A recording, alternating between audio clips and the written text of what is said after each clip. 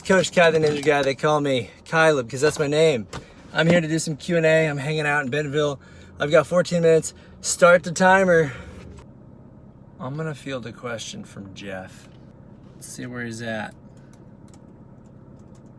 Jeff, there. Hi Jeff, thanks for calling in. Here I am. My name is Kileab. I am a ninja coach and I have trained for ninja since I was a child.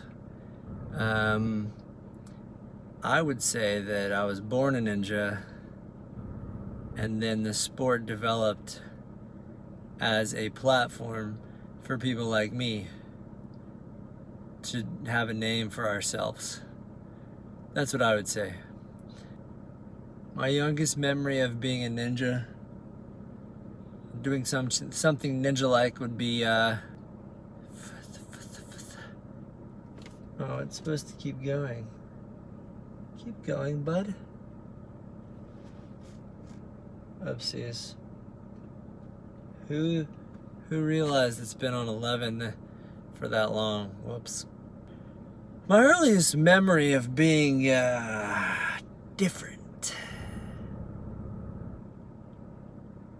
as a young tot.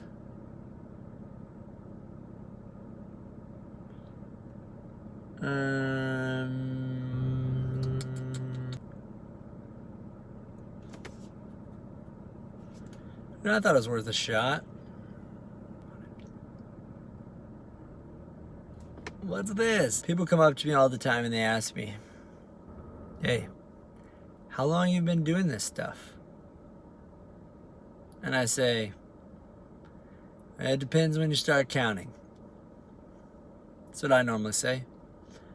Because like I said, people weren't built for ninja. Ninja was built for the people.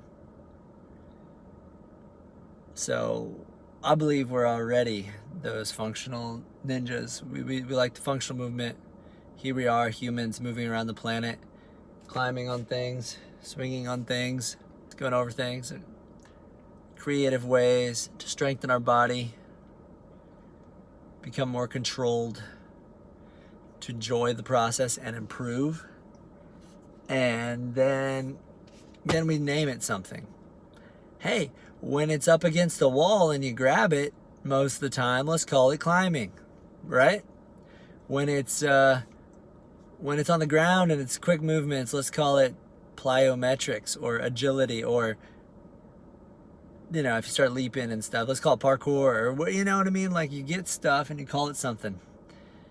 Hey, let's really focus in on a specific set of movements, make it very controlled and excellent, and elegant, you know. And then there's this like ballet, but then you have like gymnastics, which is very different. But still, they cross over in this control thing. I'd even say martial arts. In some sports, they put so much discipline in where they really pride themselves on the excellence of how you do something. And so ninja can be that way. But what's cool about it is the improvement thing. A lot of sports you get in and you play and you improve, but I mean, it's hard to tell.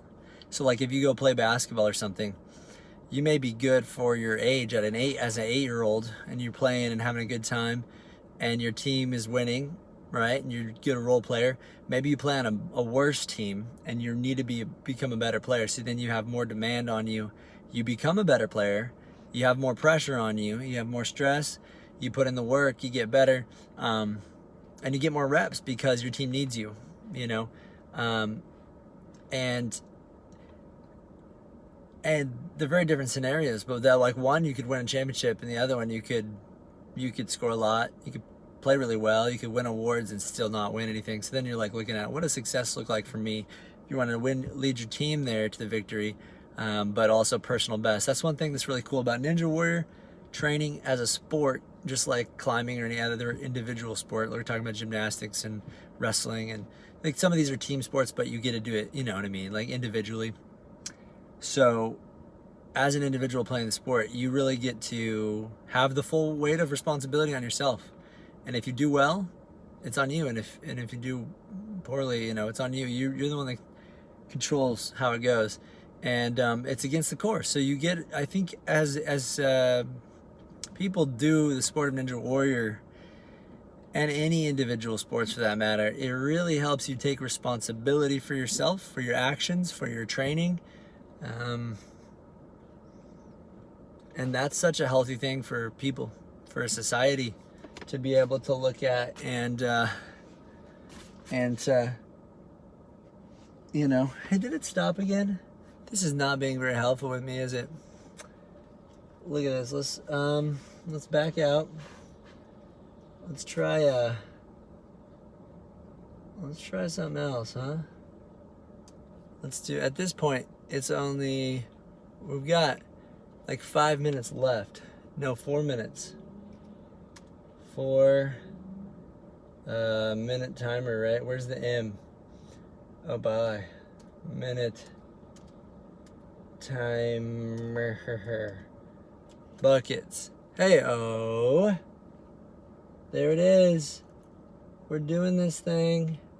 Let's go. Yeah. Hi. So that's where it's good. You get responsibility. That was another quality trait from Ninja Warrior training. The improvement, I feel like, is a really big deal. So your little wins happen all the time. I feel like it's not, maybe you get this other places, but as far as how you can grow in any discipline is when you have fun and you have a challenge and you have you having fun while you're challenged.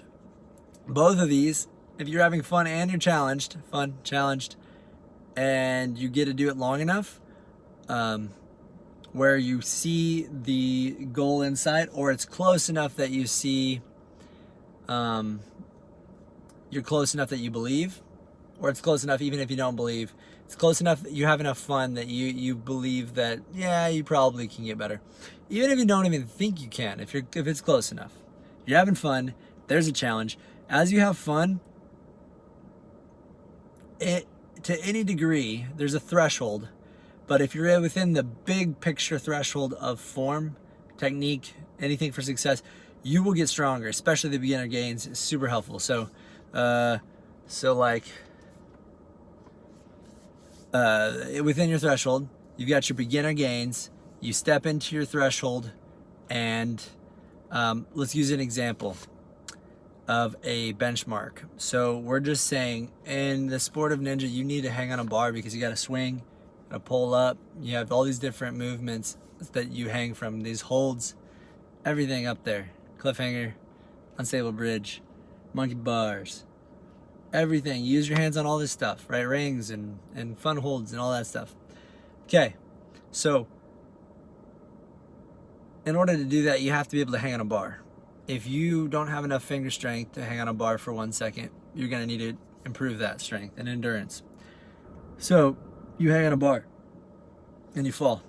You start with bands, maybe you get some chalk or dry your hands, and you dried your hands, you're able to go for 5 seconds. That was great, you know? You tried again, 4 seconds.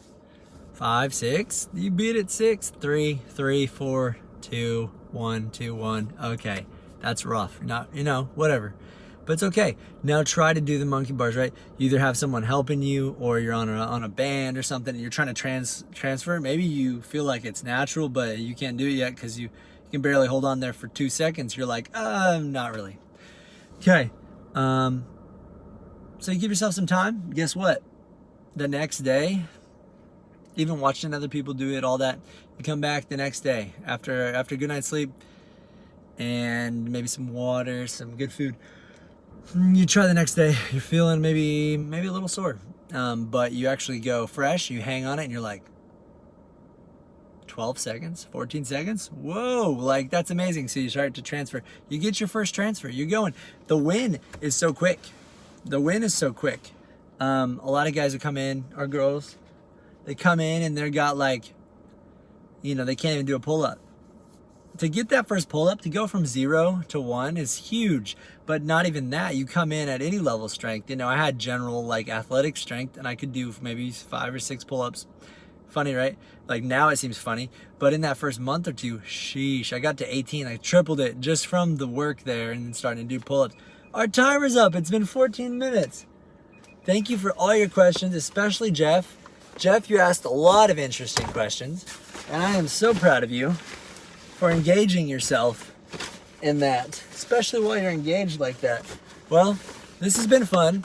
Oh, that's silly. Why the heck would you do that, bud? All right.